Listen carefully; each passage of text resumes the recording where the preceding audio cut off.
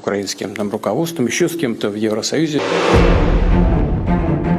একদিকে শান্তি আলোচনার প্রস্তাব, অন্যদিকে রাশিয়ার বিরুদ্ধে দুঃসাহস দেখিয়ে যাচ্ছে ইউক্রেন। এ যেন খাল কেটে কুমির ডেকে আনার উপক্রম। পশ্চিমাদের উস্কানিতে রুশ বাহিনীর সঙ্গে টক্কর দিয়ে সব হারানোর বন্দোবস্ত করছে ভলোদিমির জেলেনস্কি।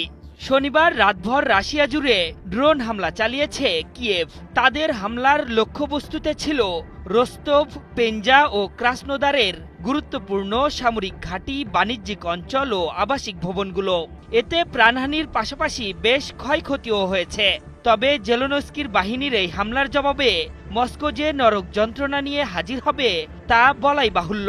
ভ্লাদিমির পুতিনকে চোখ রাঙাতে গিয়ে নিজেদের ওপর ভয়াবহ বিপর্যয় ডেকে এনেছে জেলেনস্কি বাহিনী। Навіть одна із київських мечетей. কিয়েভের এই ড্রোন হামলার জবাবে সঙ্গে সঙ্গেই পাল্টা প্রত্যাঘাত করেছে মস্কো। পুতিন বাহিনীর রাতভর ড্রোন ও ক্ষেপণাস্ত্র হামলায় 5 শিশুসহ 31 জন নিহত এবং 150 জনেরও বেশি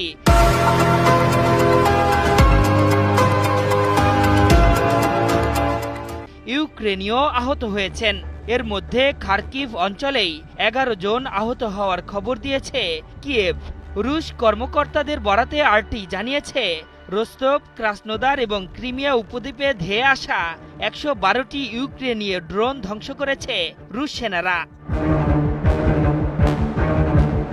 রাশিয়ার প্রতিরক্ষা মন্ত্রণালয়ের বরাতে সংবাদ মাধ্যম আরটি জানিয়েছে জেলেনস্কি বাহিনীর ড্রোন হামলায় অন্তত 4 রুশ নাগরিক নিহত হয়েছে।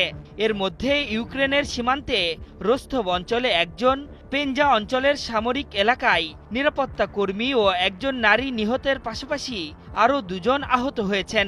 এছাড়া সামারা অঞ্চলে ড্রোনের ধ্বংসাবশেষ পড়ে আগুন লেগে 1 জন বয়স্ক বাসিন্দা মারা গেছে বলে জানিয়েছে সংবাদ মাধ্যমটি। ইউক্রেনের বিমান বাহিনী জানিয়েছে শনিবার রাতভর ইউক্রেনে 53টি ড্রোন এবং ডিকয় হামলা চালিয়েছে রুশ সেনারা। এর মধ্যে 45টি ড্রোন গুলি করে ভূপাতিত বা আটকে দিয়েছে বিমান প্রতিরক্ষা ব্যবস্থা। শান্তি চুক্তির প্রস্তাব দিলেও পশ্চিমাদের উস্কানিতে রাশিয়াতে হামলা অব্যাহত রেখেছে ইউক্রেন। গত জুলাইয়ে রাশিয়ার বিভিন্ন বিমানবন্দর লক্ষ্য করে কয়েকশো ড্রোন হামলা চালিয়েছে কিয়েভ। এতে রাশিয়ার প্রধান 4 বিমানবন্দরের 140টি ফ্লাইট বিঘ্নিত হয়। সেই সাথে গতিপথ পরিবর্তন করতে বাধ্য হয়েছিল 130টি বিমান।